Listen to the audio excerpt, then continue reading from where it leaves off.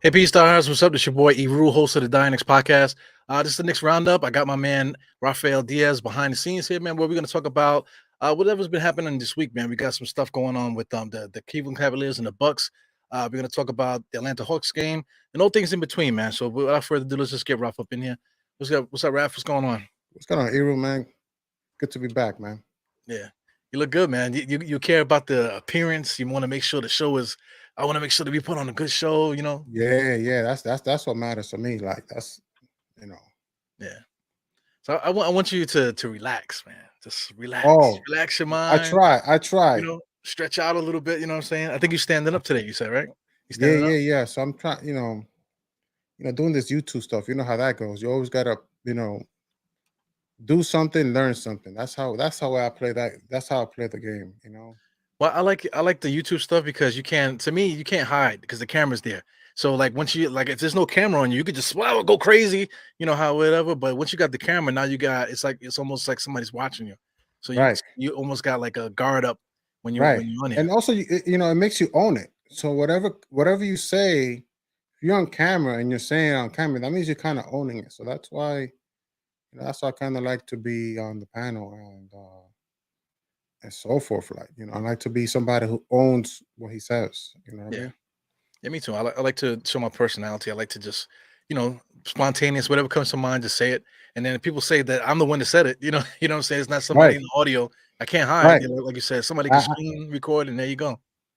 I try to say here and I try to say on Twitter, man, but Twitter gets you killed though. But you lose 100 followers for saying,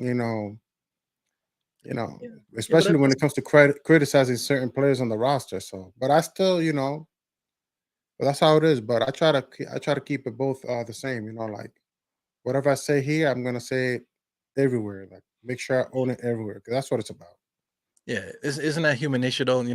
Because there's a lot of stuff going on with various different things, not just what's going on with Kyrie, but just various other different things around the league. You got the sexual harassment stuff, and you got the stuff going on with Charlotte and that dude with the domestic violence. There's so much stuff going on here, but everybody has an opinion about it. Everybody has a stance on it, and some people can see and read the same thing and come up with a whole different scenario, whole different set of stuff. And you're like, wow, where the hell did that come from? Are we talking about the same thing? But it's just like the Knicks, right? Right. Well, let's get to it, man. Let's talk about this roster. Let's talk about these wins. Let's talk about these losses. And let's talk about Julius Randle, man. You're like Julius Randle's the leader of Julius Randle's fan club. Oh, that's my guy. Yeah. I got two jerseys. Two. I would like to get a third, but I gotta start wearing some of my jerseys. Especially when I come through here, like I gotta start wearing them. Well, I mean, we gotta get Julius Randle's attention, man, to see if we could we can get you guys in a picture. Maybe chop it up with you, man. I don't know if you have anything to say to you. Maybe he might be afraid of you because you're a star. Like, are you a stalker or anything like that? You're harmless, right? I'm harmless. Yeah. Okay, man. Well, let's listen to what he had to say here about the left-handed, right-hand stuff. Let me tell you, and then you can tell me what you think about it. Okay.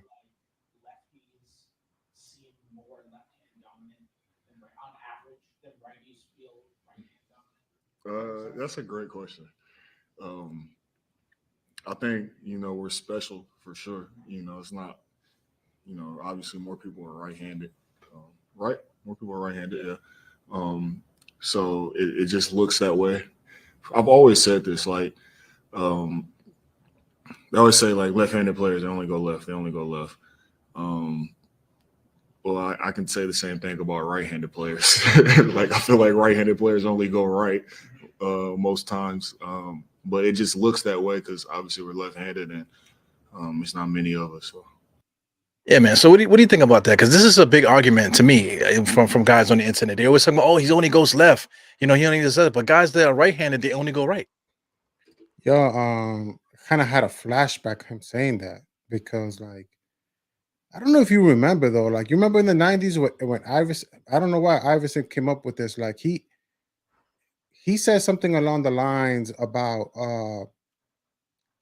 him being right-handed it made him focus on driving left. So Right. like it kind of reminded me like when I was like growing up, like like I always thought like, yo, man, if I'm righty, gotta drive left because they're gonna, So, but it's a good point. Like, can't disagree with what he's saying, right? Yeah. But But they it kind of plays a made it. Mhm. You have to be really good to be a righty and go left a lot. You have to be really good. Yeah, 'cause you're trying to like add layers to your game. Same thing with me. Like when I used to play, people used to think I was left-handed because I used to dribble with my left all the time. And then when I Mm. shot, I didn't. When I was growing up, I used to shoot with two hands like this. You But know, did you drive left? Because that's what it's about, driving left a lot. yeah, driving left because I Dribbling was left trying to. and driving left. It's like that takes work. Well, for me, I was just trying to get the layers because I'm from Brooklyn, so everything was going to the basket. So if you keep Right. going right, guys are already stopping you. They throw their whole body on you, try to foul you and that type of thing. But if you Mm, switch and then you driving left, it throws them off because now mm. they can't pounce on you on the right side because they automatically think you right-handed. He's gonna go right. So they can't pounce on you. So I learned early on to just go with my left hand. That used to be my bread and butter kind of. Nice, nice. Fake him with the right, whatever, and then come in and I'll lay right on you with the left hand, and be like, "Oh Ooh, shit, I thought nice. he was right-handed." Oh, damn. Yeah. But man, I love basketball, man. I'm sorry. Sometimes I like to talk basketball. I like to keep it Knicks, but sometimes I'm like, I love basketball too. You know what I'm Yeah. saying? I mean, that's the root of it all, man. Basketball is a New York City game, I think, man. It's a city game itself, but New York City, I always say, like, this is like the city of 1,000 basketball courts, man. This you can find a Yeah, basketball court everywhere in New York City, and if you go to every man. court, Just even everybody got talking their own about style. like, just even like listening, like when you just said what you said, I'm like, yo, that's enough to get me hyped sometimes. But Yeah. this is a good conversation. Like, but in terms of Julius Randle, like you know, I have nothing really to say. Like that narrative never really grew on me about that whole right hand, left handed stuff. You know what I mean? Like I'm like, I know Julius Randle could score. I mean, except last year, sometimes I mean, shooting 40% or 41%, that was too much for me. Yeah. Had me like, yo, bro, I can't defend this, bro. Like, this is too much. But Yeah, but that's the what do only you gripe that I have. But like this year, man, I like what he's doing, man. So shout out to Alawa. Shout out to the people in the comments. Let me give them a shout out as well. Yeah, They're shout out to important. JJ. JJ was here before we started.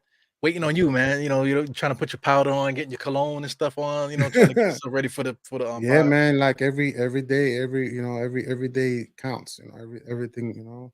Yeah, man. Shout out But to everybody popping in there. We definitely will give you guys more shot as time goes on, man. But I'm trying to get into this narrative stuff, man. Because I mean, we just talked about left hand, right hand stuff.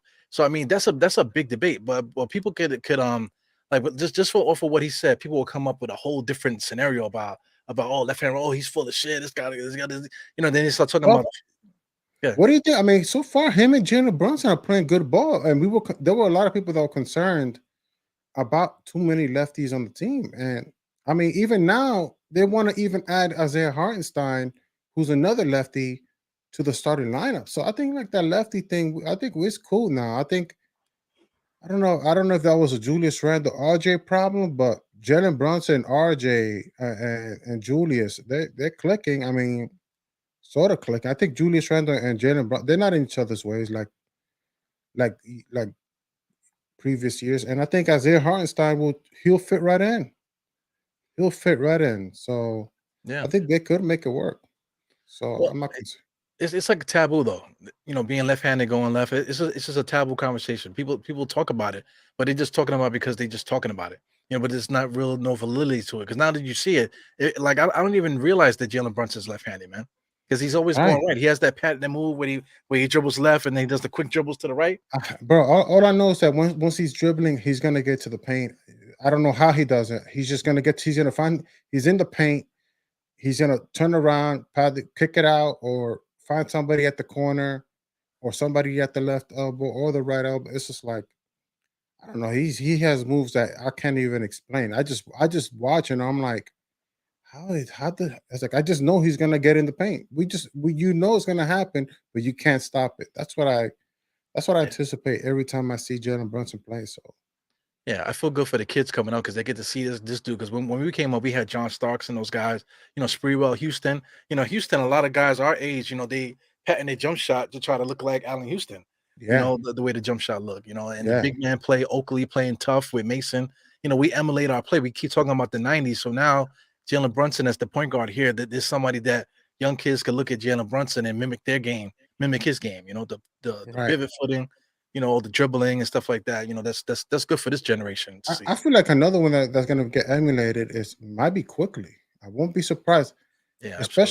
especially I remember like when I was making videos in the park, I used to see people sort of like I don't want to how do I say that like his with copying his characteristics, Yeah, like you know, idolizing. right? Like that they got the hairstyle going, they got they're shooting from the 3-point line, step back threes, and I'm like, yo, man, these guys, I'm seeing some. I don't know. He's one of the few that I feel like people are gonna mimic a lot. Yeah, his confidence too is a big thing. The way that he walks around and stuff. So you Right, can see the young people that's the energy that young people usually have. That the energy like how Q has. Same thing like Brunson. Even Brunson got the same kind of energy. The swag. The right. confidence. I think he's a typical Generation Z, right? Yeah. Like he's a See, Generation Z, those are more terms. All this cliche stuff and stuff that right? people. Like he's a like I could see like that generation be like, oh, Emmanuel quickly, his jersey or whatever. Yeah. Well, let's talk about somebody else from that generation. We're talking about Quentin Grimes. So, what do you think is up with this guy, man? Do you think this like he's like really hurt, or is he on bubble wrap, or did he like legit like do something to himself that messed him up? What do you think his problem is right now? Um, I don't know, man. I'm confident in him, right? Like when he's here, like I feel like the whole team is so confident when he's on the floor because he's a shot maker. Yeah, You know what I mean? Like there are moments in the game where we need somebody to get a bucket. Even though like RJ Barrett, as streaky as he's been, there's been like some quarters where I'm like, oh snap, Julius Randle passed it to RJ and RJ knocked down that corner 3-pointer and I'm like he made it. yeah, So sometimes I do see RJ with that moment of being that shot maker, but Quentin Grimes, bro, last year, he was making some shots that I'm like, yo, we needed that three. Like, but the thing about this year though, like we are scoring 105, 108 points. We're starting to score.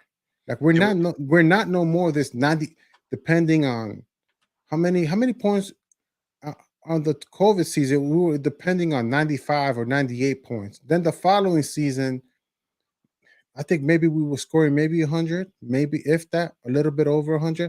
Now, like sometimes when I know this team can go like 110. Like when we lost to the Cavaliers, we at least scored 110, 108. I think it's like 10, 121 to 108. Well, so far we're putting up 117 in games. That's good for sixth in the NBA right now. See, so we're scoring. So Mhm. like I'm starting to like that a little bit. Yeah, definitely. Jalen Brunson got a lot to do with that. Also, too, just even Tom Thibodeau. People are going back to because Tom Thibodeau had a bad coaching game the last game. I think against the Cleveland Cavaliers, it might have been like it was the end of the third, going into the fourth, where he could have made some changes, but he chose to just leave the guys out there. So I think he laid an egg there. That's what he was doing last year that got us in trouble. But so far so good with the 3 wins. He did a great job. Even though some of those losses, he did a good job substituting and stuff like that. So Tom Thibodeau's been doing his thing. Okay. So one thing about Quentin Grimes, though, is this his Okay. same go ahead.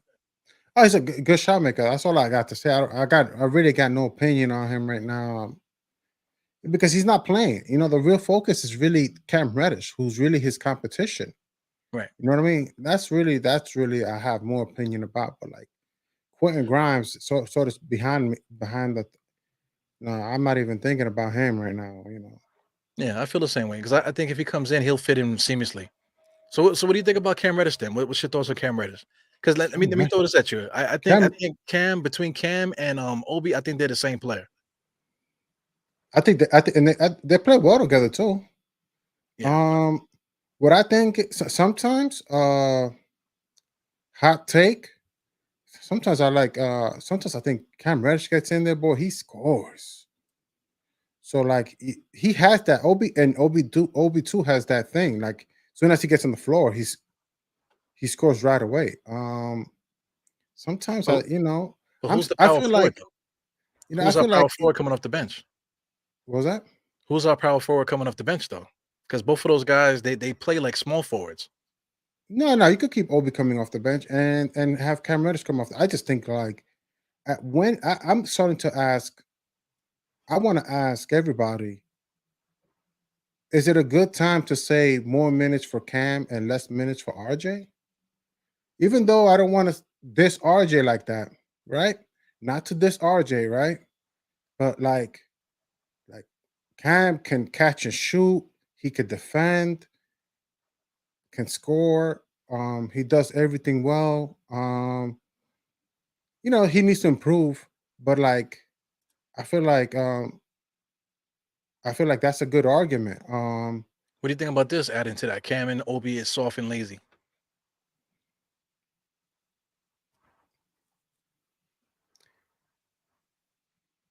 They could get better though. Yeah, Can't like bro, like if I don't know if RJ Barrett has a good argument right now to play 30 minutes. right. And I want to say yeah, but like especially the way Cam Reddish is playing, like it should be like I don't want to say 24, 24, but like maybe that's the middle. I'll cut it. I think I should start the argument of why not. What I would ask other people to push back on that argument. Like, why shouldn't Cam Reddish play 24 minutes and take minutes from RJ? When he gets on the floor, he's just as productive, if not more productive, offensively and seemingly defensively too. Like he doesn't look bad on defense either. He's rebounds too. Um, Well, I think I'm right there with you, man, because I kind of would like to see all three of them split, Obi, RJ, and Cam Reddish, because I feel like RJ at this time he's just like a volume scorer. He's just putting up shots. None of these shots look like they're gonna go in. Some of them do, some of them don't. But we can't have a guy there that's supposed to be like a major part of the offense taking shots if they're not gonna if they have no chance of going in. So if we're gonna do that, then let's look and see if we could tap into some of these other guys. Because if I could add to that, a lot of people want to see Obi get more minutes. But my question is like where does Obi get his minutes from? It shouldn't be at the power forward spot because we can't rely on him to do big man stuff, post up or grab rebounds and that type of thing. He's more of a finesse guy. So between him and Cam and RJ, like what's the difference between all three of them? So I'm with you on that fact where we should probably just split them all down the line. All of them should be averaging about 24 minutes a game. thing is, like I like the way Julius Randle started the season, but he's starting to dribble a little bit more. I'm noticing like he's doing at least last game. I'm still dissecting the amount. I'm about to like sort of make another video about the whole third quarter, but like he's not doing the whole one dribble quick decision. He's not doing one or two dribble quick decision. Like that was like when he was doing that kind of basketball, like it was phenomenal. Right. Now um I wish I can dissect more, but like he's dribbling a little bit more. Even though there are some things that he's doing really well, but like it was really good basketball to watch him do one dribble one or two times and make a decision. But I can sort of see like the defense start, they start to smarten up when you start playing like that. You know what I mean? But like also like I have to check how efficient he was last game. The last two, I mean, we did play. I mean, we played the Bucks and we played the Cavaliers, but so I have to sort of like be reasonable. But Well, still though, like I you really gotta like the explain that way too, man, because like reasonable, it's really on the Tom Thibodeau. You're playing against two teams that are big. You got Giannis, you got the Brook Lopez, you got Bobby Portis, you got and guys Bobby they could put. Portis too. Yeah, they got big guys that you could put around Julius Randle. So Julius Randle dribbling too much and driving hard on those guys, all they do is put their hands up and seal them out, and they can't do nothing. Mhm. That's exactly what the Cleveland Cavaliers did to us because he was dribbling way too much. RJ wasn't making no shots. Nobody was playing well. So Julius Randle was taking it upon himself to do that. But at the same time, regardless of what's happening on the court, that dude Tom Thibodeau has to be able to blow the call the timeout, get the guys in there, and say, "Listen, man, get back into what we were doing before. Move the ball, make proper decisions, and stop, That's true trying to too. take over." Yeah, but like I guess Evan Mobley, a 7-footer Yeah. who can move like him. That's tough. Giannis. I mean, they're in first place for a reason. So like, it's kind of hard to to be fair with these critiques and and counter constructive criticisms. So Well, you got to prepare for every team, though. You got to prepare for every team. Like against the Bucks, the game plan shouldn't be go 1-on-1 against Giannis. That's like a bad idea. You know, yeah, right. it shouldn't be Julius Randle go against Giannis 1-on-1 and then go straight to Brook Lopez. That doesn't make no sense. So the offense needs to be tweaked a little bit to prepare for the team that you're playing. Right. Same thing with the Cleveland Cavaliers. We were going right into their attack. And then after that, we were lazy coming back for the 3-point shooters, and they But have guys that can shoot all around. the thing too, they got shot makers. They got a lot of shot makers. Both teams. Yeah. So they got like Grayson Allen that can shoot. Pat Connaughton, Chris Middleton was playing. So they could Drew Holiday's there. So those guys can score. Like sometimes, and like we're in a streak right now where Jalen Brunson came when we signed him. He shot 50%, almost 50% last season from the field. Now Right. he's like what 45, 43, 42.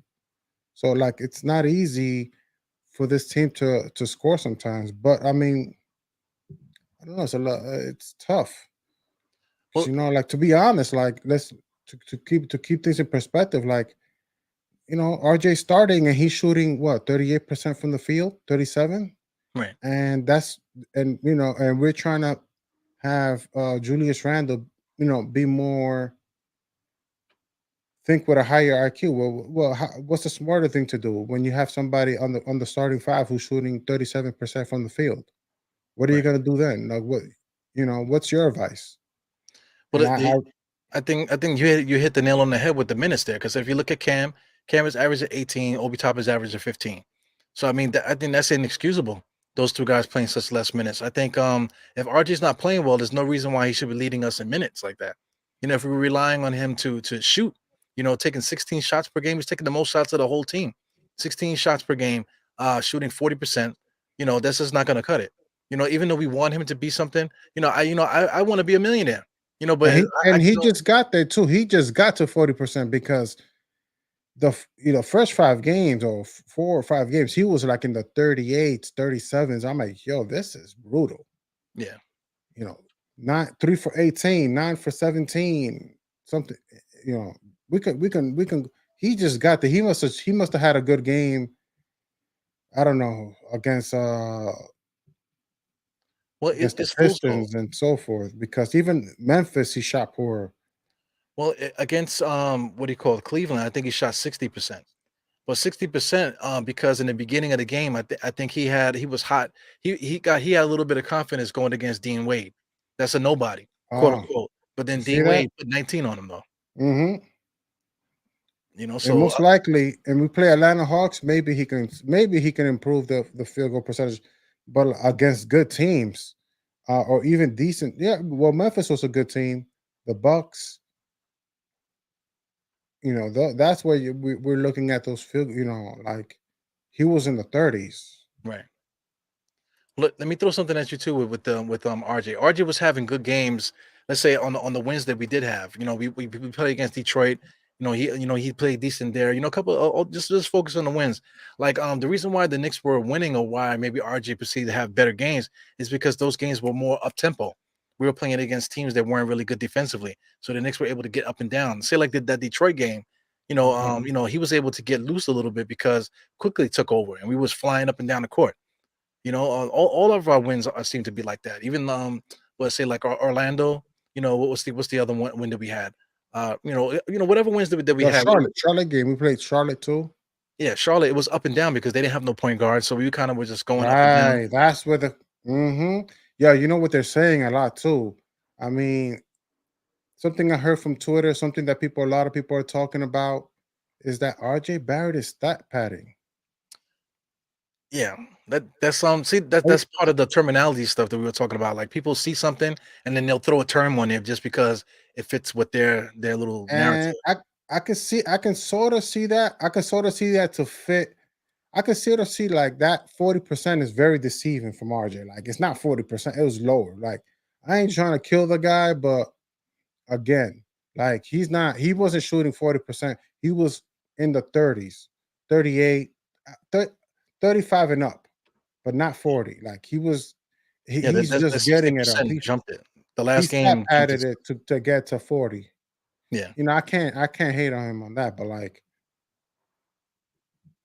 yeah, you know what kills me is that the same, he's shooting this poorly, and people all summer they were killing Quentin Grimes' field goal percentage.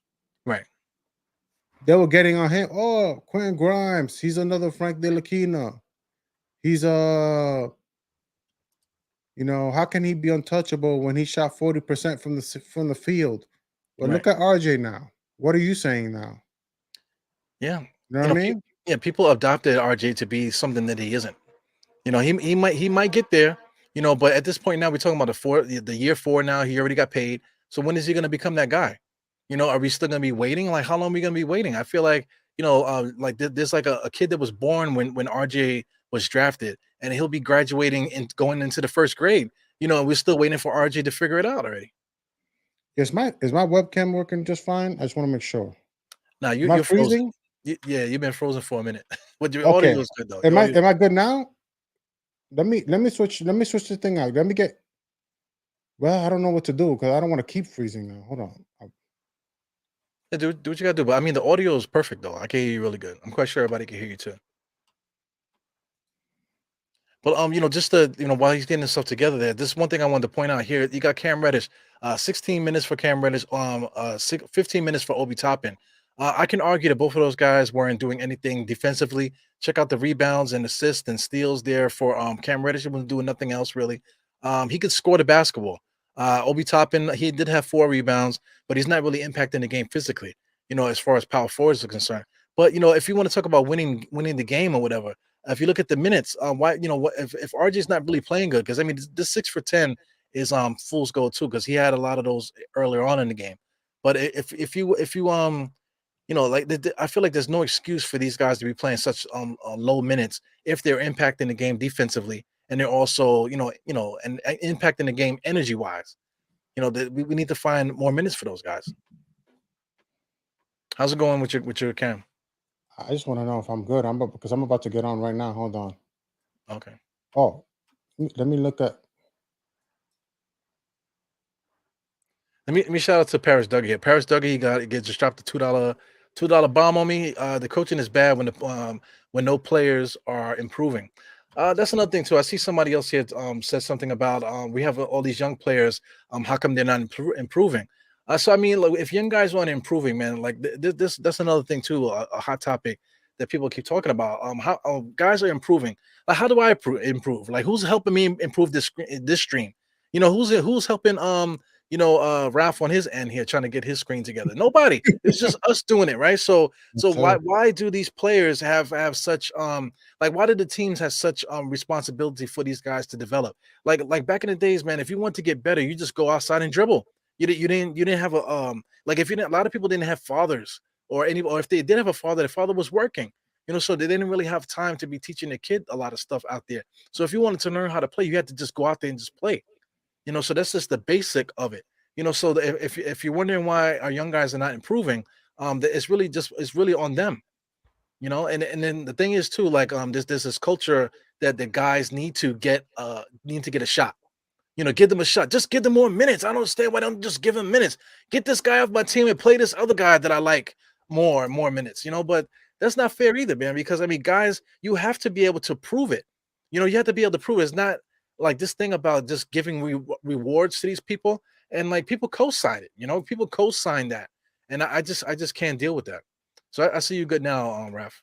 Yeah, I just need a second. I should be back with like 1 second. All right, I see you good though. I see you good, and I can hear you really good too. So, Okay, thanks, man. well, so I I'm don't know just going on about the reward stuff, man, because I just can't deal with it. If you think you could play, then you have to prove it. We can't just like stop the whole franchise, stop the whole fan base. Hey, everybody, let's not worry about the wins and losses. We just want to make sure this guy gets gets the opportunity to be something special. You know what I'm saying? Well, what about the rest of us? You can't alienate the whole franchise, the whole fan base, just based off a bunch of snot-nosed dudes that are not stepping up, that they don't care about their own career.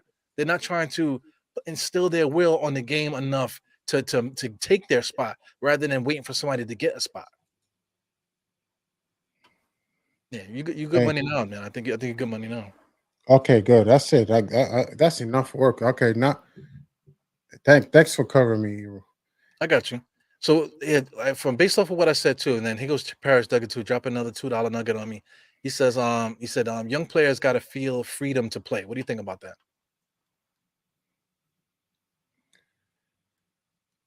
That's I mean that's a good point. Like I feel like the bench does. Like Emmanuel quickly has a lot of freedom to play. Even Obi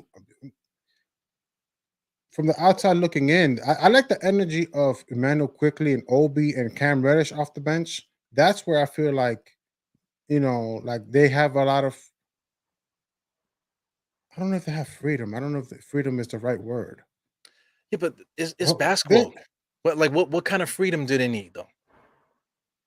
and what kind of basketball is he talking? Does he want? Like, does he want does he want to be the Sacramento Kings and not care if we win or lose and have the Aaron Fox give him all the freedom all he wants? Like, is he talking about that kind of basketball?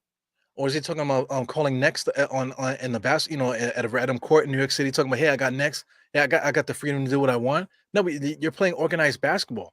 There's guys that are better than you. The team has to figure out a strategy of how we're going to play another team to take to get the best out of your strengths in order for the team to win. For the young players, they gotta feel freedom to play. Then the NBA is not for them. They should go play somewhere else. I feel like if we had Ja Morant, he'll have a lot of freedom. You know what I mean? Yeah, but John Morant is also not RJ. What's the difference between RJ and John Morant? Ja Morant's a superstar. Like There you go. you're gonna have a lot of room when you're that guy. And when you're Yeah, not but that guy. right, but how did he become that guy? He didn't become that guy because the Memphis Grizzlies gave him an opportunity and gave him freedom to play. No, he's just nice like that. Yeah, He's off the just gate. nice like that. That guy's jumping from the free throw line trying to dunk it on everybody every single play down the floor. Mhm. He'd never seen a shot he didn't like. He's extremely fast. Everything. It's not like we're stopping Obi from being John Morant. Or we Right. stop. That's the conversation that needs to be had. Are we stopping anybody from being John Morant? Right. Like, are we? I But I don't think mean, so. yeah, exactly. Here's I, one thing. I, I I, want to throw something stupid at you, man. Look, who's stopping Svi Mikalika, whatever is how you pronounce his name? Who's stopping him from doing well? Because he might very well be Peja Stojakovic off on our bench, but Tom Thibodeau is holding him back, right? Tom Thibodeau's not giving him freedom of play. I like that. You remember what Draymond Green said? I think he went to like a coach. I mean, he went to like talk to a bunch of kids. He said something along the lines like, "Yo, if you go to the NBA, it's like you have maybe two stars, and everybody else is a bunch of role players." Yeah, if you're lucky to have those stars, right?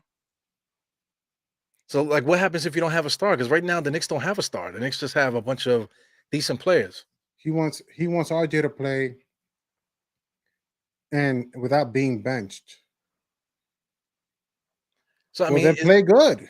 You can't be that bad then, right? I yeah, I mean, mean, has John Morant had a game where he shot 3 for 18 or 9 for 17 or stuff like that? but at the same time too, how many times has John Moran just put that franchise on his back since he's came into the league? And how many times has RJ done that? And how many times has he done that and the team has won? Memphis got back on the map because of John Morant.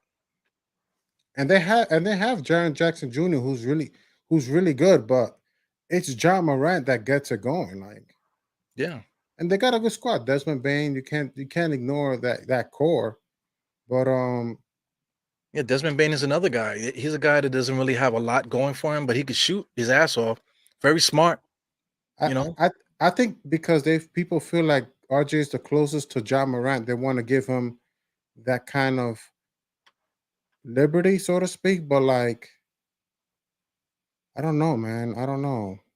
He needs more time to develop. Like he's just in developmental year where he should get. Jalen Brown got benched. Jalen Brown was coming off the bench for the Celtics, and Right. I consider RJ Barrett. I want to compare. I mean, I compared him last year to Jalen Brown, but I don't even know if that was even smart of me to be like talking like that. Like I'm like, wait a minute, Jalen Brown is a damn good player. He can defend. He can score. Um, he's efficient from the field. Um, he's tough, but like I, I don't know. Like like Jalen Brown came off the bench too. So if he can come off the bench, why? And he was drafted number 3.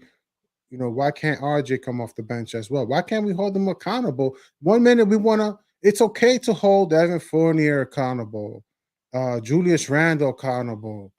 And but when we comes to like, but it's not okay to be like, but if you talk about any young player, oh man, you're the dad that's too tough on their oldest kid. You know what I mean? Right.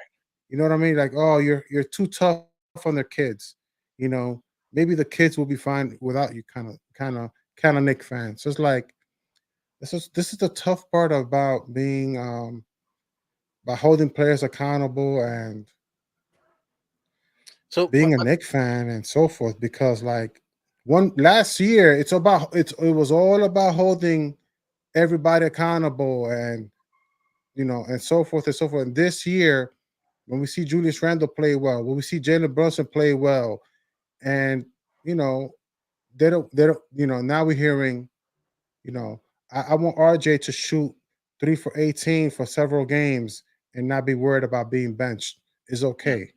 Like yeah. that you say like that doesn't it doesn't work like that. You can't go from like that from that extreme to that other extreme like that.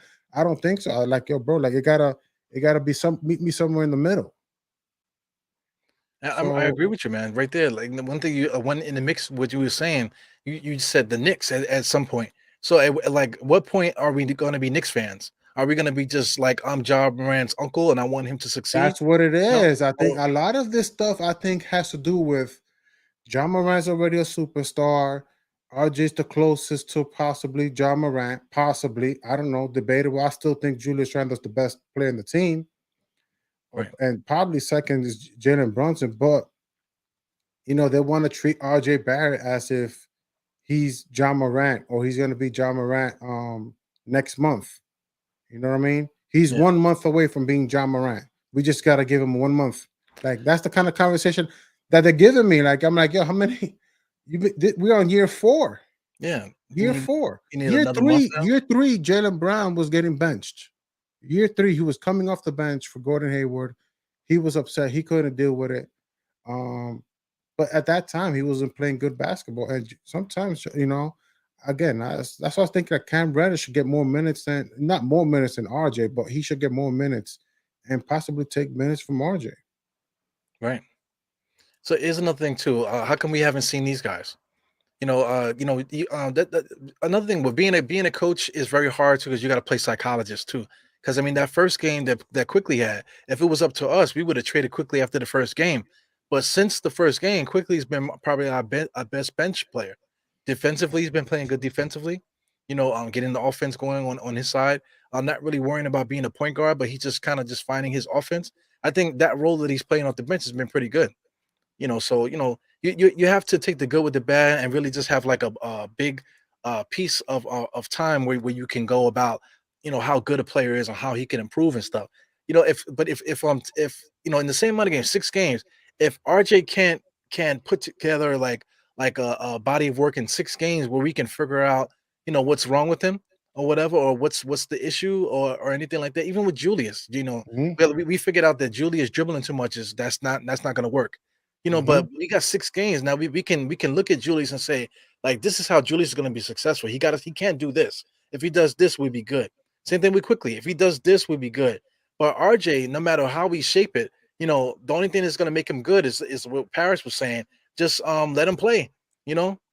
Get rid of the old guys and just give him the ball. Like that. That really I can't. don't know, man. I'm gonna be honest with you. When it comes to RJ, like I'm open to a lot of stuff. Like benching him is not, like it's not less minutes. It's a thought. Like all that stuff. It should be. I feel it should be opened. That Yeah. that a conversation should be made like for that. Even though, but like I'm just this. It's a lot of backlash to say that because he got paid 120 million dollars and you know, I don't want people to say, "Oh, he's a big, he a hater for that," but I just should be at least a fan's concern. JB is the one that runs the offense. What do Uh, you think about that? Because there's a lot of times where Julius is doing too much, like the last game. Like, Brunson should be the guy to be like, all right, listen, he guys, missed get a lot together. of shots though. Jalen Brunson did miss a lot of shots against the Cavs. Right. Like the first half, he was 1 for 7. I rewatched it and I'm like, yo, bro, like you're missing a lot of shots. Like, um, that's the problem with this team. Like, but if it's Julius Randle that misses a lot of shots, it's like, oh man, we need to trade him. Oh man, trade him to the highest bidder. And Yeah. Well, what do you think about this too? The people, there's a lot of people that blame the refs. That the reason why RG's weakness is coming from bad calls from the refs. Like, really? uh, Like this, uh you can say that about every I'm gonna say player. I kind of agree, and I'll say this much. There's some plays that Julius Randle, for example, like against, I think it could have been against the Cavs too, where Julius Randle uh drived it in looking for try to lay it up, and he got fouled, and they actually called it. Right. Last year, he wouldn't get it, and it'd be like, "What is he doing? He's just running into people." Right. Well, it's supposed to be a foul, but if they don't call it, then it's gonna be a dumb play. Right. But it's the thing too. Like, if you're playing offense, if you're constantly running into players and then turning around looking at the referees like, "Come on," like that, you're asking the referees to interfere. So I mean, Mm, do you want the refs to make the call or not? Because like if you're doing this, if you're playing in such a way where you want the refs to make a reaction, so if they don't make the reaction that you want, but they say they might do an offensive foul you're putting the game in the referee's hands to dictate what's going to happen. That's bad basketball. You can't do that. You can't dribble the basketball. Okay, I'm just gonna drive and then like I'm just gonna do whatever. Oh my God, he fouled me. Yo, man, you're not gonna call a foul. How about play better? How about make a better basketball play? That way the but referee can look at it objectively. right. Well, sometimes the play is like, listen, go for a layup, and if they foul you, then go to the free throw line. Like that's What's the key though? strategic. What's the key? What you said though? And if they foul you, but usually, No, no, I'm saying usually, the key is make drive and try to make a layup. so yeah, That's what you got to do first. But they're driving, with the intention that the referee's supposed to bail me to out. look for the foul, Right. or to look for. Oh, that's a good point. Yeah, Good referees look point. at that. We were watching basketball for years, man. Referees look at that. If you're forcefully coming in there, forcing the referees to blow the whistle, the referee won't blow the whistle. Mm. You know, shout out to the Some old do, school some guys. don't. Some do, and some won't. Yeah, well, like these old school referees, I remember they used to curse back at the players, man. It's like, yo, man, grow up. Play ball. The referees used to tell that to the players back then. Stop crying, RJ. Or whoever All was the right, player back in the days. Stop right, crying, Ewing. You know. right. So if you want the call, you have to make a good, strong basketball play in order for the referee to reward you. You know, Right. you, That's a you good know, you're point. not That's a gonna good get point. it just You because you you made a want it. good point. Yeah. I agree. Yeah, that's where I stand with that. So it goes Paris. I gotta give him credit too, man. He's dropping ducats on me today. Tibbs, RJ and Randall, they hijacked this team for 3 years. So I mean, I'll answer that because I mean, like, who else do we have on the team? So if RJ and Randall hijacked the team for 3 years, RJ was drafted third, like you said. Randall was the guy that we signed. He was our best player. Like you said, also, even though Brunson is here now, Julius is still our best player. Mhm. That's not a good thing, but he's still our best player. But I mean, these guys are For are me, it's a good thing, but yeah, okay. yeah, Well, yeah. I mean, I'm trying to fix my words because of the way people act. right. If I say one thing, then people are gonna go crazy on me on the comments and stuff like that, and crucify me for that. Mm, You know, but I mean, they hijacked the team for 3 years, but who else was supposed to play? if RJ's the number 3 pick, he's the guy that we're gonna base all of our time on. If Julius Randle is the guy that he used to score 20 points on other teams, and he was a high draft pick too, he's gonna be another guy that we're gonna be looking to do because we don't have anybody else with the resume or the reputation on the team besides them. Jalen Brunson is the only new guy that have a reputation around the league that you could trust him to do anything. That's true. And he can. And he does whatever he wants to do. He does whatever. He can get to the paint. Like he can score. Like I still can't figure him out, but as I watch more games, I'm like, I just know he's just gonna get to the paint, and he gets whistles too. So yeah. So I mean, I'm just reading through the shout out to Sherwin. Sherwin is always popping. People always getting on Sherwin, but I think Sherwin is very good at keeping the conversation going, man. Good evening, my good man. He said, no one is treating RJ like the next coming of Jesus. IQ has got, he has his own agenda too. IQ has been a good bench player, defense regardless. Yeah, so I mean, everybody has their own agendas and stuff. He doesn't like Obi, for whatever reasons, and this, that, and the other. But everybody looks at the game differently. But my question to you, Raph, is how do we get better? All of the opinions, everybody got the same opinions and stuff, about the game. But how do we get better as a team? What do we need to do? Well, also, like I would say, you have to Paris Jugger kind of made a point. Like you have to RJ has to get out of his slump. You know what I mean? So that's the thing. RJ got to get out of his slump. We got to shoot better. Yeah. That's true, though. He's been making his free throws. He's almost shooting 80% from the field. I mean, from the free throw line, almost. So RJ and Randle are third or fourth options on a real contender. Well, I mean, people like to say that, but the thing is, what's the answer to it? If they're the third and fourth option, then what's the answer? Like, okay, we got Jalen Brunson now, so maybe Jalen Brunson could be the second option, but we still don't have a first option. Well, maybe Jalen could be the first option, but then who's the second option then? We still don't have those players on the roster, so what's the point of talking about that? Well, Donovan Mitchell would have been a first option, right? Oh my God. For word. A lot of the guys that we're arguing about, let's say we were arguing about RJ, but like me and you both agree at this present time with the way that he's playing, it might be better to reduce his minutes and try to see what we can get out of these other guys. But if we're gonna be thinking that, then those guys should have been in that trade for Donovan Mitchell.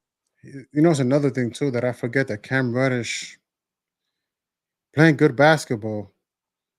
Hopefully his health maintains. You know what I mean? Right. That's another thing that I forget. Like I can't give him more minutes when he's not. Well, so far he's played 6 games. I'll say that much. But you always got to be mindful. Like this is a guy that you hope plays 72 games. Right.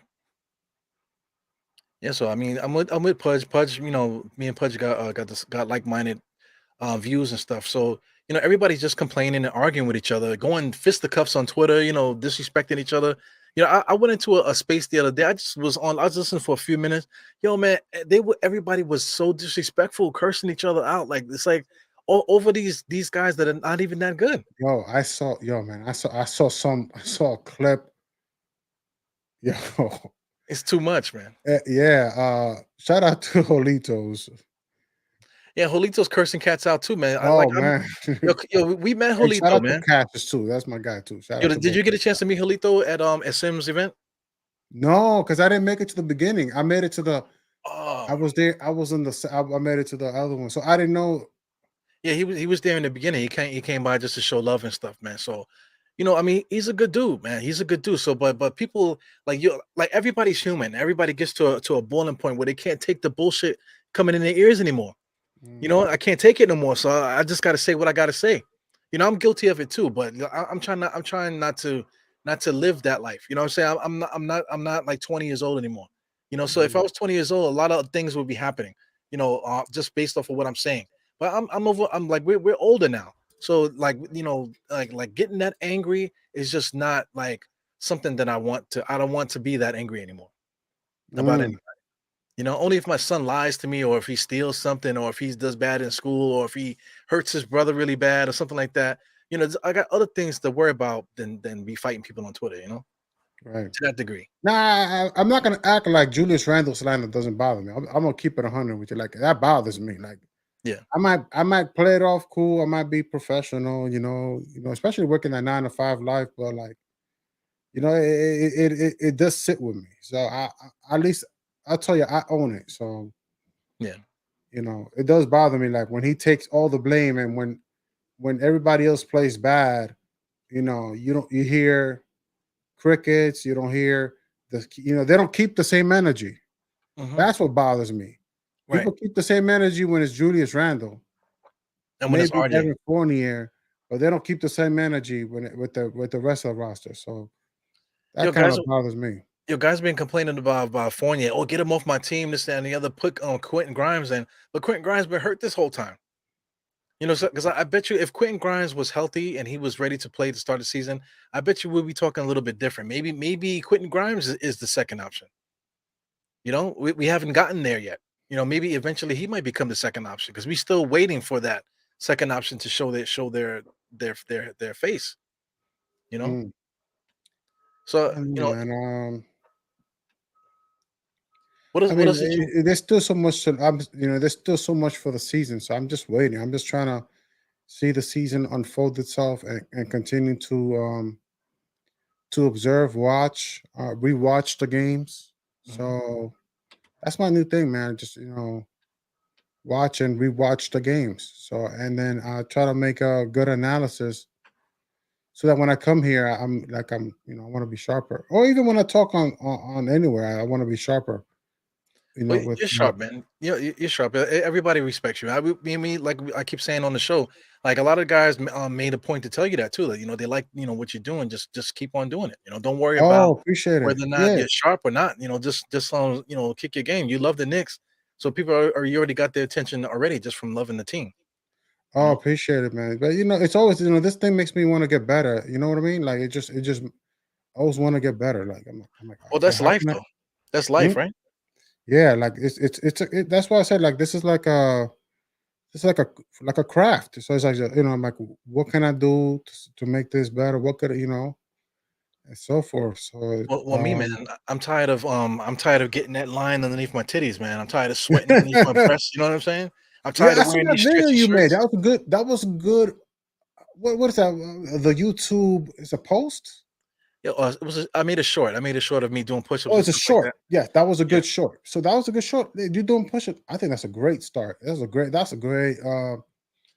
good, man. Well, listen, I want people to follow. If you're complaining that you need to get in shape, Yeah, man. no, So no, no. It motivated me. Give you credit for that. Definitely motivated. yeah. Well, I Definitely mean, motivated. I, That's a good video. I appreciate it, man. But Yeah, Halloween is now. There's a lot of stuff going on with the kids and stuff. So this week I kind of got distracted from doing the content. Not right. distracted from the Yeah, task at man. hand, but just getting distracted from the content. Right. You know what I'm saying? So I'm gonna try to put something else this week because after Halloween we get a little break before you And then know Thanksgiving. Oh yeah no. Thanksgiving and those holidays, man. That's always a hard time to put stuff out. Oh, that's a lot of work. Yeah. But anything else? Anything else about the Knicks? What do you feel about the roster? What's your opinion with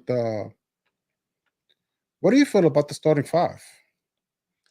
Well, I mean, you want to talk about the starting five? I mean, I think we have a solid starting five, but the thing is just the Knicks. They have to play team basketball. We can't play hero ball with this group. That's the only thing. I think that's what we're missing in the conversation because Julius is they keep saying that Julius is a third, fourth option. RJ's a third option. My man here was saying that JJ he was saying that is this a slump or is this what RJ is? These are Hmm. questions that we're trying to figure out, but I think we know the answer by now. By now we know the answer. We know we want guys to be a certain. We want them to be good, but I think we got our answers already, man. So you know, we just don't have that number one guy. We don't even have a number two guy yet. So we just have to like play it like that. We have a team that we have to utilize our bench. We can't we can't squeeze water out of a rock.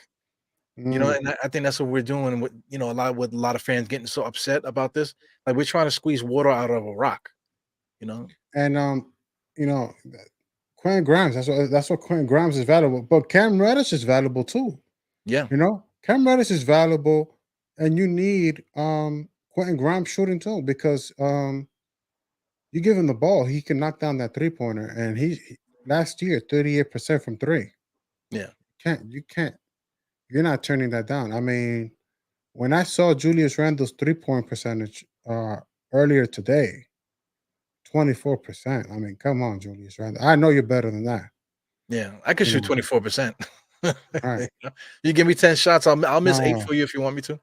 but like I'm like, come on, Julius. I know he could. Even if some of his shots is wide open, but he's getting into a rhythm. He's doing a lot of things right. But like when I saw that, I'm like 24% Julius Randle.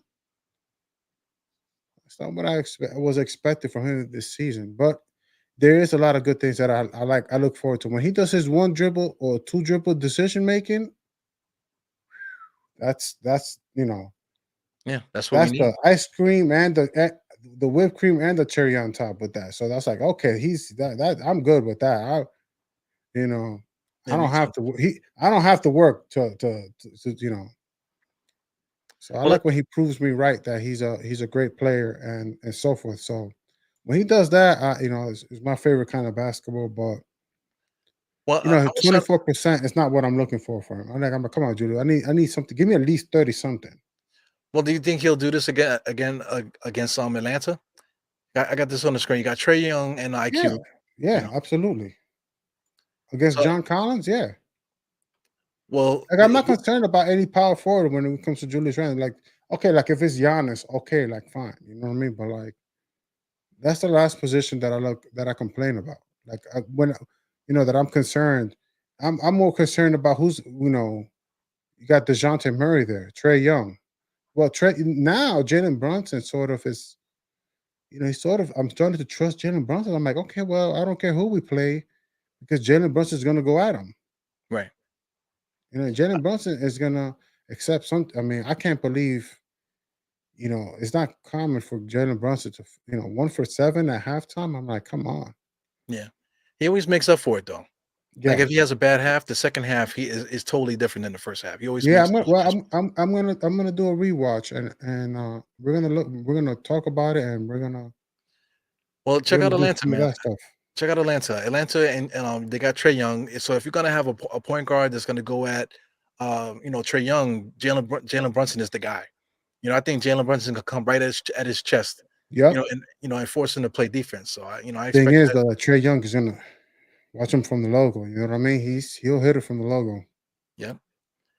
Some other guys here I want to mention. DeJounte Murray is another guy, but I'm gonna circle DeAndre Hunter. He's gonna be guarding RJ. That dude Mm. got some long arms, man. He got some height to him. So You know, that's gonna be a bad matchup for RJ. speaking of Atlanta, did you hear about the Migos situation? Yeah, man. Rest in peace to my man there, man. Takeoff, man. I can't like that's a bummer. Like it's just like right the day before we play Atlanta, we gotta hear this news about Takeoff. Yeah. It's just bad news. It's something worth looking forward to now. I'm like, Yeah, yeah, especially those guys. They've been making a lot of good music. They've been doing a lot of positive things, or outside of music too. So yeah, that they hear this happen it is kind of shocking. And then I asked a question, man, what's going on with rappers? These young rappers, man, just getting killed like this in the streets like this. yeah. I don't know, but apparently it was in Houston over a dice game. Yeah, but what's he doing in a dice game? I don't know. So I mean, I don't want to blame. I don't want to get into that because that goes into what we're saying. Like people will see a situation and they make assumptions and they start talking about their experience and this, that, and the other. So I could say something like, "What's he doing in the dice game?" But Mm, somebody else could say, "Man, he should be able to go to any dice game he wants to, or whatever." People have their own opinion about everything, man. But right. it's definitely crazy to keep hearing about it because I mean, how many young rappers have died this year alone? You know. That's the one that I remember. I don't know who else died this year. Well, I The only thing mean, that I know right now in my mind is Takeoff and this Kanye West situation. right. It's a disaster. Kyrie Irving too. So it's like, oh my goodness. Yeah, there's a lot of craziness going on, man. But if I could say the only thing that's negative with the Knicks is whether or not RJ is gonna make a make a 3-point, a wide open 3-point shot. That's the only thing going on I with the get Knicks happy at the when he moment. makes a shot. But like, what do you feel about the bench? I mean, I personally like the bench. What do you feel about the bench, though? Yeah, I mean the Knicks bench. I think that's our strongest point. I would like to go a lot deeper. I would like to go a lot deeper. The last game, we forgot to mention that too. The last game, Tom Thibodeau, he still went 5 deep. He still went 5 deep. But I mean, I don't think you can go much more than that. With the bench. Go on playing. What is this? Playing 10 guys. You can't play 11. You can't play 12. You're getting crazy now because for guys like we were talking about giving. A lot of people want to see Obi play more. They want to see Cam play more. But if those guys are going to play more, then how could we play 12 guys? You know. So that's the problem too. If you want to see your favorite player play, or you want to see Deuce and all these guys play, then it's going to take away minutes from other guys. So it's definitely hard, man, from Tom Thibodeau's standpoint. But what can we? When I'm thinking like, it's like, what can we do to improve things that we can't do right? Like I think we need to get tougher inside. I think, man. We definitely need to get tougher inside, and then we might need another shooter. I really don't know, man. Because I mean, there's so many different Oh, things that we could do, but eh, I just think we just need to you continue to get stronger. you made a good point because, like, and I think you remember this, that the Knicks always struggled with bigs that can space the floor. Right. Like, who torched them? Larry Markkinen when he was with the Bulls torched them. Yeah. Al Horford when he was in OKC torched them, and who else? Basically anybody. Kelly Olynyk when he was with the Miami Heat torched the Knicks. Yeah. And so when I heard when I'm watching this game, uh, and well, and I did a first watch, and I see that Kevin Love torched the Knicks. I'm like, oh no, here comes the same problem Yeah. that we've had before. Like, we That's right got to on be able brand. to the power forwards that can space the floor is a problem for the Knicks. Like, that's been a problem that's been nagging them since Tom Thibodeau been here. Right. Just even though he took us to the playoffs, those power forwards that can knock down threes, that's a nightmare for the Knicks. So I feel like How do we that's fix like that a though? How do we hmm? fix it? How do we fix that situation? Well, last year, I mean, that year, that was like the almighty four. That's what I mean. I don't call it the almighty four seed because all NBA. I call it the all NBA season. That season, they just started to get better at it. Like like, because that was their weakness, and then Julius Randle will step up. But this game, um, especially Kevin Love was scoring a lot against Obi and Cam, and I have to, like, again, I have to rewatch it and sort of like find a way for me to memorize the game more. But like, it's just gonna get some getting used to, is what I'm trying to say. Like, Right. it's gonna have to get some used to because, like, Obi's gonna have to learn how to defend those. I think Julius Randle should be fine. Did he score a 3-pointer? Did Kevin Love score a 3-pointer against him? I have to, like, Yeah. The Knicks verify were that. getting lost all the I'm not time. 100% sure. The Knicks do a bad job of keeping too many guys in the paint, and then guys got to run so far out to catch up to the shooters. I mean, my thing now is like it's been the quote unquote modern NBA for a while. Ever since Steph Curry started shooting these threes, like the NBA has been shooting threes like this for the longest. So my thing is, why do we keep sending guys to the paint? Guys are standing in the paint, and then when they swing the ball around, now they got to run out there and then jump out and put a hand in the face. Why is the guy even open to begin with if that's how teams are playing? No, to your point. No, to your point, and I hate to kill Mitchell Robinson, but maybe Mitchell Robinson coming off the bench will be better Hmm. with a guy like Obi. I mean, I don't with the starting unit. Mitchell Robinson is there to help Julius Randle, and Julius Randle can go step out and do what he needs to do because Mitchell Robinson, he knows how to protect the paint. Right. But on the second unit, you have Isaiah Hartenstein. That's not quite Mitchell Robinson. You know what I mean?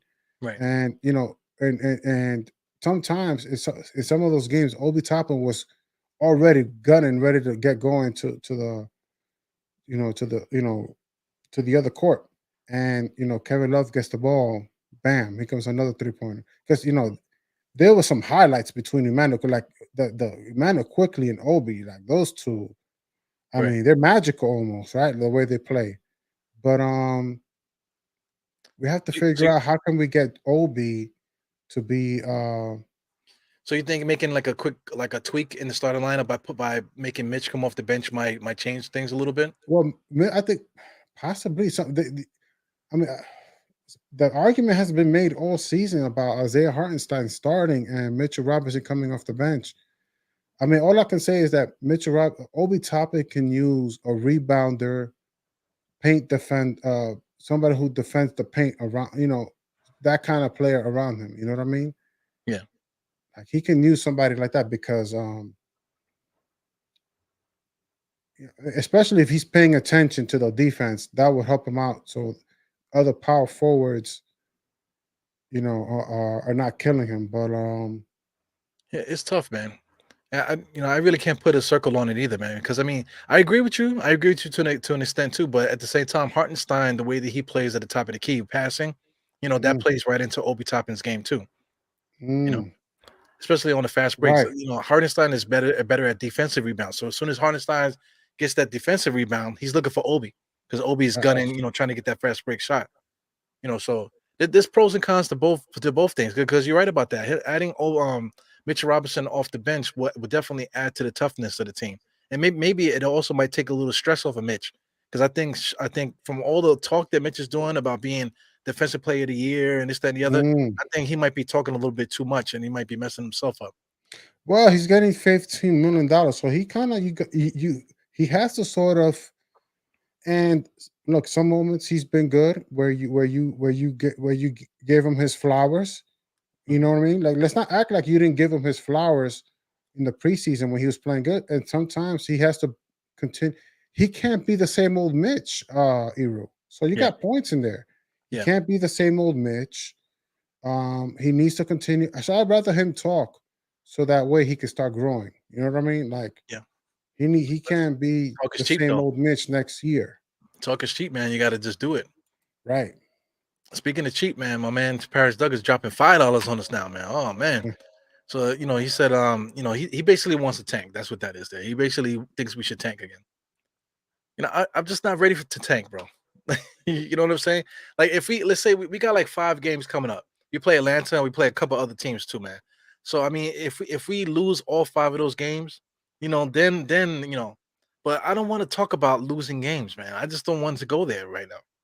Yeah, and that's the whole thing. Like, if you can't help the team win games, don't we know who you are already? Right, You know what I mean? right. Like, John Morant helps his team win games. That's who he is. You know what I mean? He's learning more how to. He's getting better at learning how to win more games. But that's who he is. You know what I mean? So What do you think about this? This is small forward stuff. I'm looking at the chat. Quite a few people are talking about the small forward position. So I mean, taking RJ out of the small forward spot and playing these guys, instead of RJ at the small forward. What do you think about that? I'm not opposed to it. I'm not opposed to it. Yeah, Listen, but my whole thing is like, I'm not gonna. Don't expect me to be nice when you're not playing good basketball. Is what I yeah, want to start with, right? yeah, So absolutely. I'm not gonna start with working around you like you're playing great basketball and this will be better. This will be a better idea. Right. No, what I think is that he should lose minutes to Cam Reddish because Cam Reddish is playing good ball, and RJ Barrett's not playing too much. His basketball is not too good. Yeah. So I would start with that, and that might be harsh for some, but I'm not gonna. If he was shooting 40% or 40 or 42% or whatever, even though his free throw, I am happy about his free throws. I like the effort, but again, he needs to continue to prove to gain more minutes. And right now, in my eyes, I think it would benefit him if he were to have less minutes and have Cam Reddish on the floor because Cam Reddish is actually proving a lot. Cam Reddish is proving a lot. He's proving himself. Like I should get more minutes. Yeah. If I can't get more minutes here, I know other teams are looking to give me more minutes. Rightfully so. Yeah. Rightfully so. Cam Reddish can go to another team, get 20 minutes. Right? Am I right? Or 25. Yeah, you're right. Absolutely. Looking at what kind of contract is he looking like? Is he possibly by the end of the year he could probably get a $15 million contract? I think so. He probably can get that close to it at least, because I mean that's basically going rate to like a top sub, But the Knicks got him playing. The Knicks got him playing 18 minutes a game, you know, 15 Good. minutes a game. You know what I'm saying? So I 15 mean, or 18. Well, he's in a command at least 25. yeah, 20 to 25 minutes. And he's like, look, find me a team that's going to pay me $15 million and play me 25 minutes. Those are my priorities. That's what I think he's thinking. yeah. So let me ask you this: what do you think about this Atlanta game? Do you think we have a shot at that game? Do you think we have a shot at winning that one? Well, if we start off with your point about the bench, we have a good bench, right? Right. Let's start from there.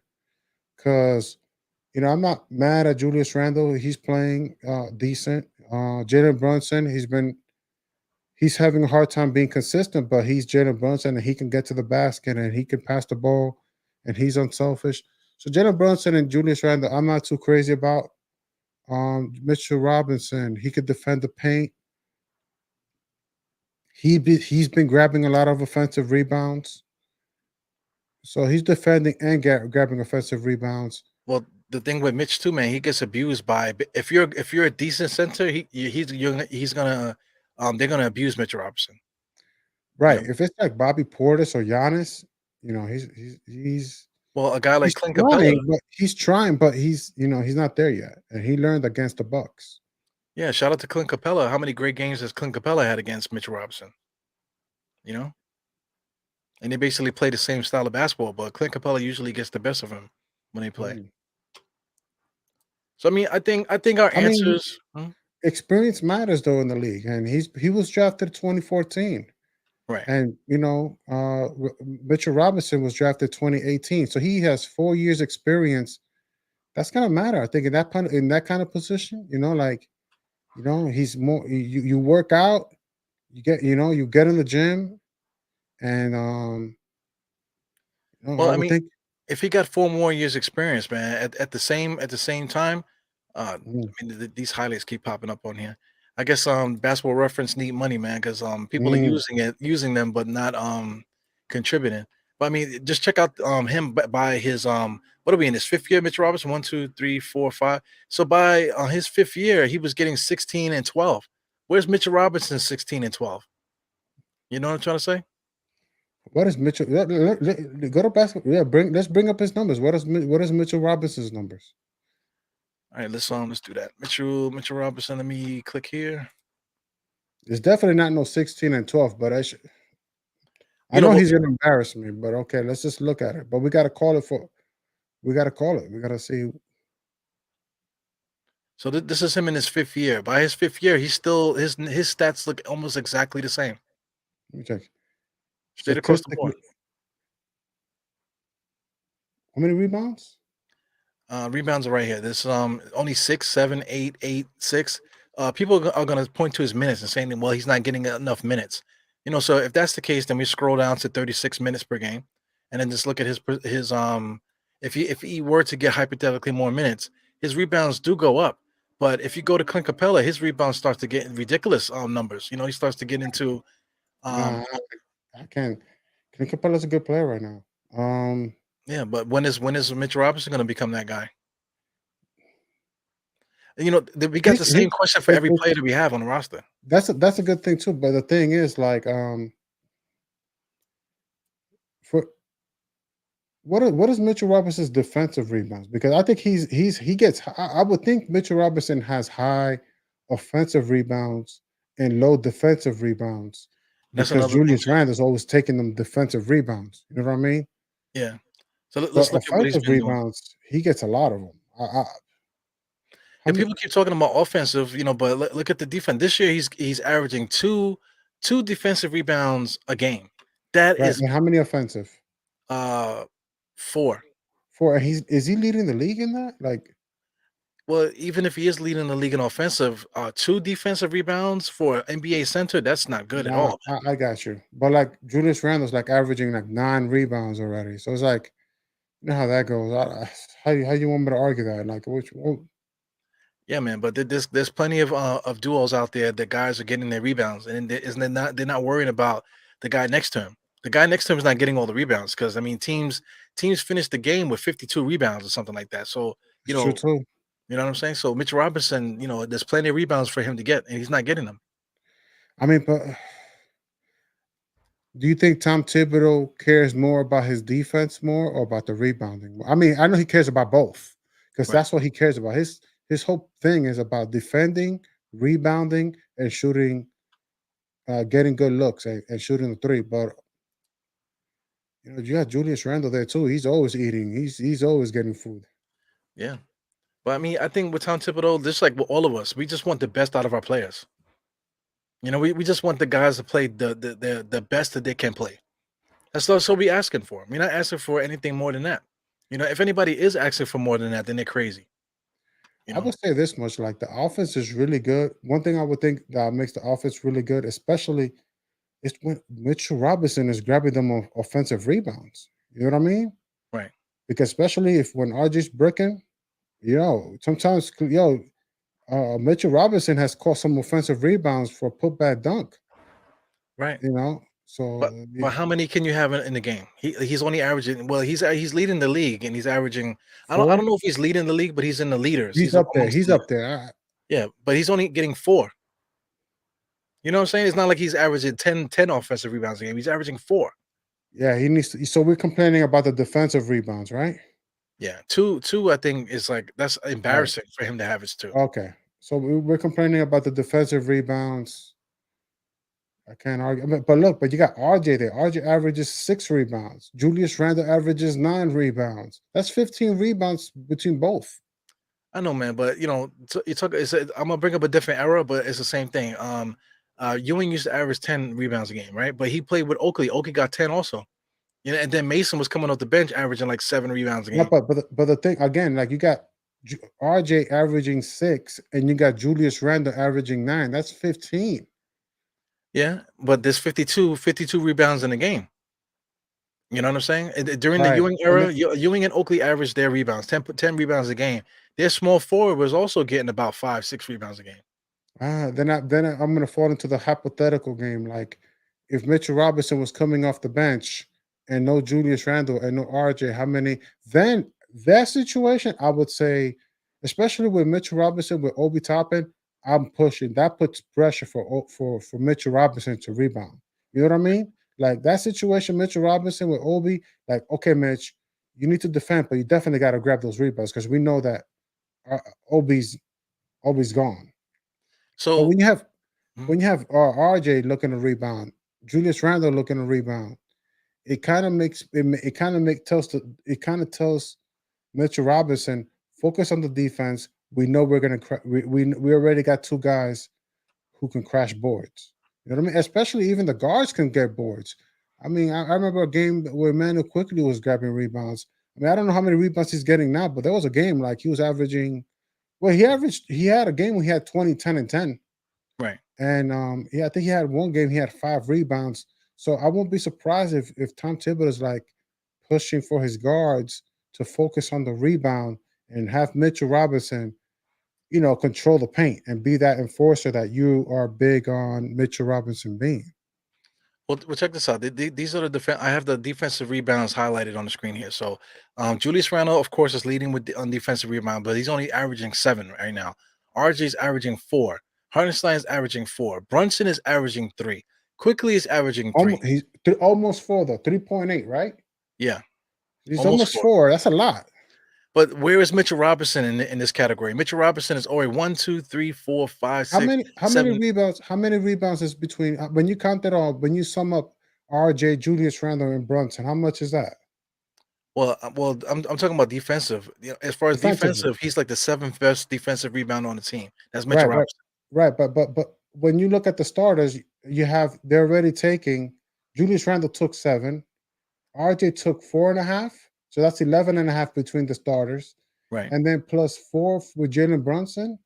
That's like what 14, 15? Okay. So what's Mitchell Robinson's job though? I think it's to control the paint, right? I think. Do you think that's what Tom Thibodeau might be asking him? Well, Like, I hey, mean, listen, if focus, put all your energy on the defense. The whole team, well, the whole team needs, and Tom Thibodeau always talks about that. The whole team needs to rebound. It's not just Mitchell Robinson needs to rebound, even though you got a good argument. I'm not gonna just ignore your argument, but the whole team needs to rebound. But the thing is, only Mitchell Robinson can be that guy to defend and be that, the blockless monster that he is in the paint. Like he needs to block shots and intimidate, right. make people think twice about shooting that jump shot or driving to the lane. Like he needs to be intimidating because it's the whole team needs to defend. The whole team needs to rebound. Well, let me throw this at you too. Hartenstein is also averaging 4 offensive rebounds this year. They both are averaging 4. For The different, is that Hartenstein too? yeah, Hartenstein is averaging Oh, 4 okay. offensive also. So that throws that I out the see him water too. trying, but there's always a lot of whistles with him. Isaiah Hartenstein gets like an offensive rebound. He's going back and forth with a Yeah, but tussle with another how player. often is Hartenstein by himself on the basket? He's standing there trying to get He the is rebound there and there's by 4 himself. guys Well, around him. he's playing with Obi. He's playing with Obi and Cam. Cam is, he's a They're not moderate rebounders. rebounder. He's there. So you got to tell him, yo, Cam, I need you to rebound this game, okay? Oh, okay, I'll do it. But like, it's not his. He's all about fancy layups and Cam and Obi are both well. Cam is averaging 2.7 and Obi's averaging 3.5. okay. So I mean the point with Mitchell Robinson for me is that what else are we asking him to do? Okay, he has to defend, he has to block shots, but outside of that, we're not asking him to score 20. We're not asking him to set up the offense. We're just asking him to be to block shots. And outside of blocking shots, what else is he supposed to do but rebound? That's the only 2 jobs to do. You don't have anything else to do. So I mean, for him to be averaging, you know, the rebounds that he's averaging is, I don't think it's crazy, man, to me. Mm. I like but I do like when he's grabbing them offensive rebounds, like those it makes the whole offense in the starting unit look good. It makes the starting unit look better. I would argue it makes the starting unit look better than it is. Yeah. I would almost make that argument because, like, when you get a second chance shot, like the ones you're getting from Mitchell Robinson, it just makes the offense look like, okay, these guys are like a well-oiled machine, so to speak. Right. But that's So here's another thing. Okay, Mitchell Robinson's doing the offensive rebounding, right? But we also say that Hartenstein is averaging the same amount of offensive rebounds. But on the opposite end, who's stopping the opposing team from getting their offensive rebounds? If Mitchell Robinson is not getting the defensive rebound, then who's stopping the other team from getting offensive rebounds? You get what I'm trying to say? Because if we can't get the but defensive rebound, that means that the other team is getting the offensive rebound. but do you think that we're giving up from what the games you've seen? Has it stood out that we're giving up a lot of offensive rebounds?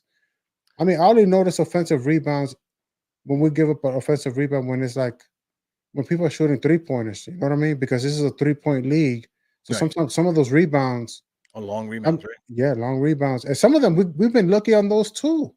Like Yeah. sometimes we've had second chances. I'm like, yo, that was a 3-pointer. Obi didn't even hit the back. He didn't even hit rim, and Isaiah Hartenstein gets the rebound. Yeah, I think this is true too. A lot of guys that even though Mitch Robinson does block shots, they always challenging him. No, but I'm not gonna say that doesn't happen. But but that's I'm saying that's his focus. The Right. focus is for him to intimidate, to be an enforcer, and to block shots. Yeah. Because that's what the question was. What is Mitchell's role? Mitchell Right. Robinson's role, and I think it's to be an intimidating shot blocker.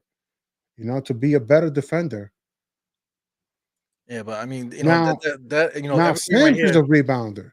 Was that? If you want a rebounder, especially for offense, well, I don't know about offensive rebounds for Jericho Sims, but defensive rebounds, that's all Jericho Sims. Like, Yeah. he's gonna grab those.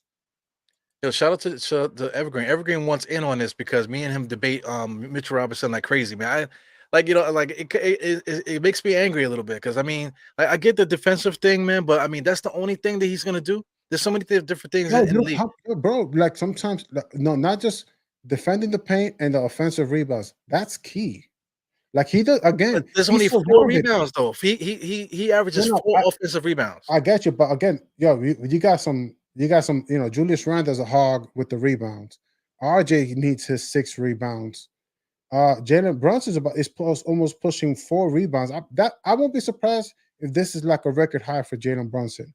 Like he's grabbing, like he's being asked, like, yo, bro, like focus on the rebounding.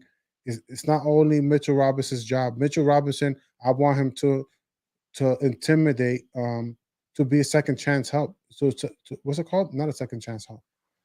A second man, the Yeah, just second help, a help so to defender. speak. Yeah, A help defender. right. Yeah. But I mean, are we asking Mitchell Robinson to run the offense? Are we asking him to do anything else but that? 2 jobs, just rebound and defend. That's the only thing we asking him to do.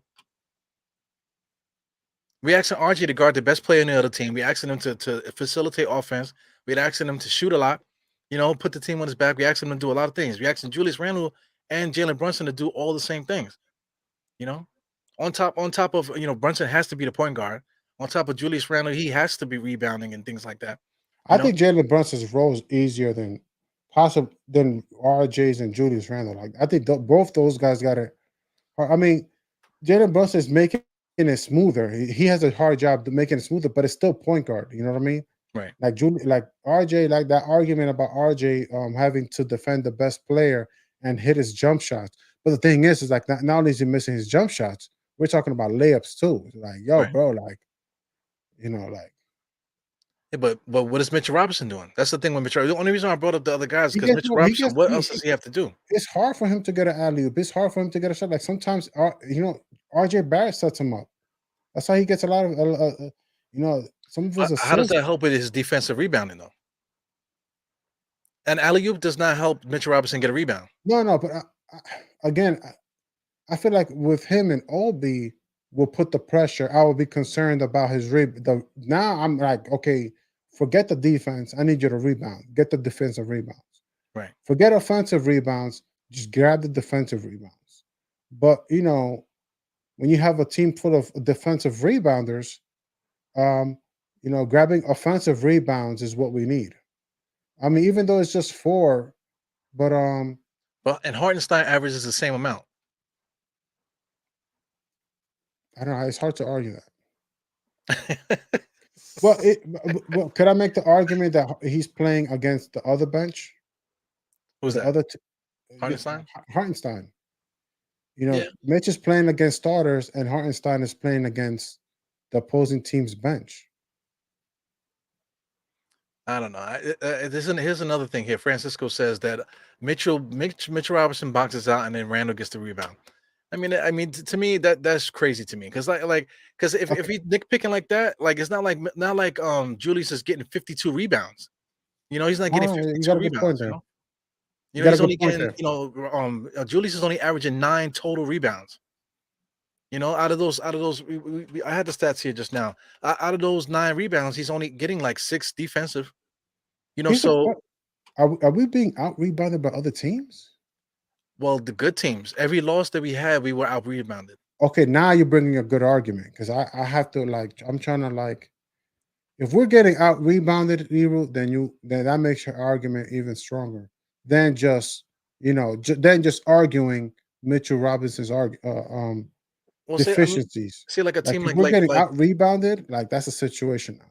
yeah, and that's exactly what happened. When it comes to like our wins, like we played against Detroit, we played against Orlando. Those teams weren't really rebounding that well. They're Right? not really good. They're not good teams. So the Knicks actually rebounded better. But all of our losses, for the most part, we were kind of dominated on the rebound. Like All right, Mitchell I'm gonna have Robinson, to we're talking bring this about Mitch. conversation up next week because I'm gonna look at all because I look at them. Yeah. But the thing is, I'm also calculating I talk about first quarter stats, second quarter like I'm not looking like I haven't compared the game per game rebounding. I'm just focusing on like how well are we playing on first quarter, second quarter, third quarter, and the fourth quarter. So I haven't focused on like going back at Mitchell Robinson, like looking at the what's it called? Like how compare each game, stats. Like Yeah. I got to do that. I haven't done that part yet. The thing is, like watching each game, there's so much information that I have to be more organized. You know what I mean? So I'm like, okay, like let me organize this stuff so that Yeah. Well, I'm looking at these guys here, like with the boxing out and stuff. Like I said, that's why Evergreen wants to get on the show right now. We're gonna wrap it up pretty soon. But the boxing out, he hasn't boxed out in 5 years. He just started boxing out now. I've never True. seen Mitchell Robinson go down and box out. Like he's Right, doing that. He's doing it now. You know, right. you know what I'm saying? So I mean, it's definitely key, but if it's so key, then if he's boxing out and it's causing Julius Randle to get rebounds, now how come Julius Randle's not averaging 14, 12, 14 rebounds? He's not. Hmm. He's only averaging 9. Hmm. He's not averaging 12 and 15 rebounds. If Mitch Robinson was giving him his rebound, then Julius would have way more than that. We only talk about a handful of rebounds in the scheme of 52 rebounds But we're within talking about defensive rebounds. I mean, just it's a good rebounds in, argument. in general. Even it's good so far. Mitch has proven to be a good offensive rebounder, good shot blocker too. Like he just needs to get. He needs to if he wants to be that guy to be because he's trash talking Giannis. He wants to go at Giannis. You can't go out. You can't battle Giannis with only 2 defensive rebounds, right? Eru? Yeah, that's what I'm trying to say. You can't keep saying I'm gonna be defensive player of the year or I'm gonna do this, I'm gonna do that. You could say it, but I mean With you get only two manhandled every defensive night. rebounds? In that game with the Bucks, we were talking about like these different teams that we played, but against the Bucks, freaking Brook Lopez had a double double, and so did this guy Brook Mm, Lopez. They both had double doubles. mm. You could put blame on Hartenstein, but Mitchell Robinson's the starting center. He's the guy that's supposed to be, the anchor, the guy that wants to be, the best in the NBA. When you play against good teams, these guys are having record numbers on you. Yeah, You know? you gotta be good and you gotta be consistent, and then you can go out and Look, battle people check like this out even Giannis. further. Giannis had 14 rebounds. Brook Lopez had 11. And then also Bobby Portis had 12. So here's another situation. So if Mitchell Robinson is boxing out, letting Julius Randle get rebounds, but Julius Randle is only getting 9. So Brook Lopez got 11, Giannis got 14, and Bobby Portis got 12. So Mm. so so this so that argument of, oh, this guy, he's doing this, that's why this guy's getting rebounds. No, if you're a rebounder, you're supposed to get those rebounds. Well, that's a great team. That's a tough, but you make a good point. Like he needs to be better, especially when he wants to go out. But the He wants thing to the thing go with at Giannis. The thing with great teams has nothing to do with rebounds. Individual rebounder, you have to get your rebounds. A great team, it does not make you a better rebounder. You have to be a better rebounder. That's true too. In the same game against those guys, Mitchell, what did Richard Robinson have as far as rebounds? Mitchell Robinson played. He only played 20 minutes. He did get 9, so you give it to him. If he got more minutes, he would have had double How figure. many were defensive? He had 4 defensive, 5 offensive. So if he played more minutes, maybe he would have had more Okay, I rebounds. mean he didn't play terrible. That's a good. I'm glad you brought that up because I Yeah. actually forgot about it. But that I would have brought that up next time. But Yeah, I mean, that's he, a he didn't good. play bad. He didn't play bad. I think it was more due to fouls. He had five fouls in the game, so that messed him up. Okay, So he didn't particularly play bad against Milwaukee. He just was getting killed foul wise. I know, but okay. for the gist of it, man. A lot of our guys. Let me get this out of here. What the Yeah. fuck is this? It's election day, so there's all these damn election ads popping up, man. Oh, okay. Yeah, so I mean, just the gist of the thing, like with all the arguments about the rebounding and the shot selection and all this other stuff with our players, the answer for the Knicks getting better is definitely on the roster and is not on the roster. You know what I'm trying to say? Mm. I mean, I don't know, but I, no, the Bucks did beat Atlanta. I'm sorry, the Bucks haven't lost yet, but Yeah, they're 6-0. I don't know. That was a tough matchup. That was a really good tough. Tips did like the first half, but that was a great team though. They were after us off the gate. Yeah. Defensively, What are you talking about? the Bucks. Cleveland When or the Knicks played the the Bucks? Bucks, that was a tough game. Well, they also were taking advantage of all of our mistakes. Now facilitating his step back three, which is a signature What's going on move here? for James. I mean, on this end here, I got so many windows open, all these highlights and shit popping up Mm. randomly. It's crazy. I hear you. Yeah, man. But I mean, I think we got it all together, man. Francisco wants us to go and vote. Francisco wants us to vote. Paris Duggan wants us to tank. You know what I'm saying? Evergreen wants us to believe icing the pick and roll has something to do with rebounding and stuff like that.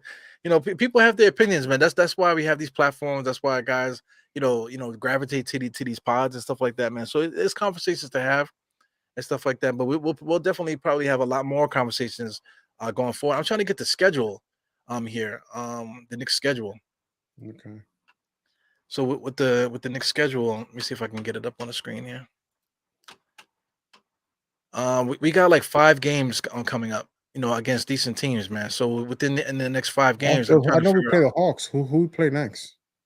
That's what I'm trying to get to that now. Because like I'll tell you, sometimes like I get so caught up, like I'm trying to, and then I'm like, oh, I don't know it sometimes until the day of. Right.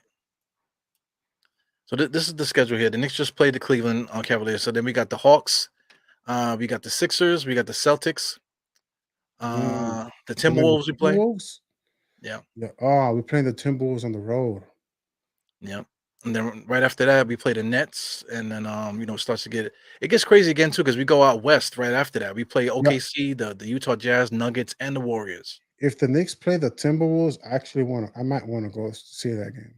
But that's a road game. But like I do want to see Anthony Edwards. Yeah. I like to see that matchup at MSG. I want to be there. Yeah, I mean they Like got a good that center. might be one game I want to see this season. Like I'm like, okay, I did see the Pistons. I mean, we saw Cade Cunningham, Jalen Brunson got the best of him. Trae Young would be cool, sort of, right? Yeah. But to see Anthony Edwards, like that's I ain't nothing better than this is. And I hope RJ Barrett has a good game against Anthony Edwards, but we'll see. But That's a matchup nightmare, I though. like the matchup. I like the matchup. I'm circling that. I'm buying. I'll buy a ticket to see But that. we got Cat against Julius, and then we also got they got the other dude from Man, Utah. Karl Anthony Towns is a power forward now. That's a nightmare. Yeah, and look at their center. Their center Rudy got to go Gobert. against Oh me. my god. Yeah, so that's gonna be a matchup nightmare. Then a lot of people don't like D'Angelo Russell, but he's a good point guard coming on their Right. team. So they got it. I mean, all these teams here are gonna be matchup nightmares for the Knicks, man. So it's gonna be tough to see how we come out of the next 10 games. There's a possibility we might lose every last one of these games coming up the way that we've been playing. I think we could beat Boston. They don't got a coach. Yeah, that's a team that's right for. I think we could beat Atlanta too. Atlanta and Boston. 76ers, I mean, we got a good bench, but we can go at the 76ers. I don't know. Yeah. The Nets are in disarray too a little bit. But they got like 2 go-to guys on that team. You got the Pistons, we beat them already. OKC. So it could be back and forth, or it could be a complete blank, for the next 10 games, man. Let's see. What's your prediction? Who Knicks win or I think the Knicks can beat everybody. Well, know what I'm saying? Going into next week, how many games are we going to win? Are we going to go 2-2, 1-3, 3-1, The next 4 4-0, games, or 0-4? out of these next 4 games, I think we could split it. I would like to get more than that, but I think we could split it. Yeah, that's what I think. Okay. Yeah, so we'll see, man. So I think next week, when is this? Tomorrow, Friday, Saturday. I think we'll the next time we see each other, man. We can talk about that. Yeah, next time we see each other, we'll have 1, 2, 3, 4 games to talk about. The next time we see each other. Okay, that's a good topic. Yeah, yeah, man. All right, so let's wrap it up, Mr. Raph, man. Next time we got to get our wardrobe together. Make sure you get the right hat. You know what I'm saying? You get the green screen going. Get your everything else you need. Yeah. Yeah, Yeah, man. So I appreciate you. I appreciate the whole chat, man. You guys were really having a great conversation on the side amongst each other, so arguing with each other and stuff too. So I like to see that, man. Thanks for contributing to it. I can never say contributing. So contributing. There you go. Yeah. Yeah, that's the Latino tongue, man. I don't speak Spanish, but I can't shake that tongue, man. Yeah. So anyway, we'll be back next week Tuesday. Me and Raph, where we can debate some more stuff, man. Hopefully we got something good to talk about with some extra wins in the mix here. Yeah. Definitely, man. That sounds like a plan. Hey, man. So I'll see you guys next time, man. Thanks for tuning in to our next podcast with Raph Diaz, man. We are out of here. Peace.